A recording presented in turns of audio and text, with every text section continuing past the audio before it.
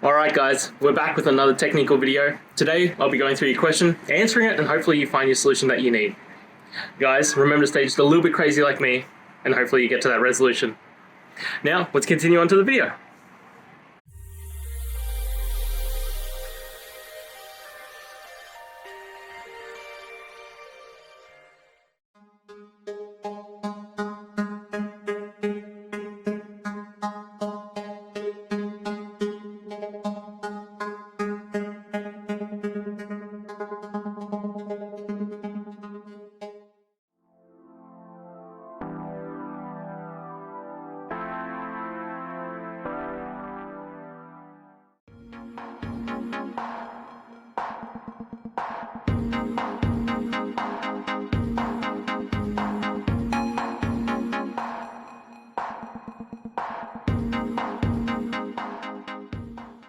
And that's it guys. I hope the video helped find the resolution that you're looking for and you got the answer and worked your way through.